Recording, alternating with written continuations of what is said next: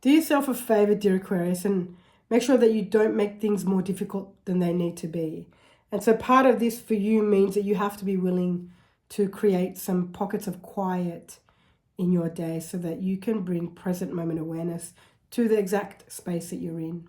Sometimes these pockets of quiet can be 30 seconds, can be 5 minutes, and also pockets of quiet can also be you doing something that you absolutely love to do and do it from a space that feels very quiet internally. So it could be that you're an incredible artist.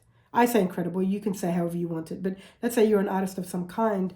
Those moments of artistry and you being in your art are also pockets of quiet.